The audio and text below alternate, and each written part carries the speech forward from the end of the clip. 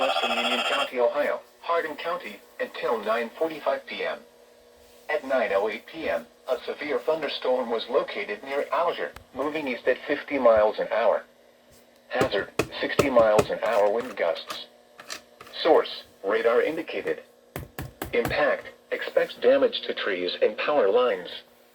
Locations impacted include Huntsville, Rushsylvania, Huntersville, Ridgeway, Pfeiffer, Mount Victory, Big Springs, Essex, State Route 195 at State Route 235, Roundhead, Grant, Kenton, Silver Creek, Bell Center, Jumbo, Byhalia, Patterson, Walton, Blanchard, and Alger.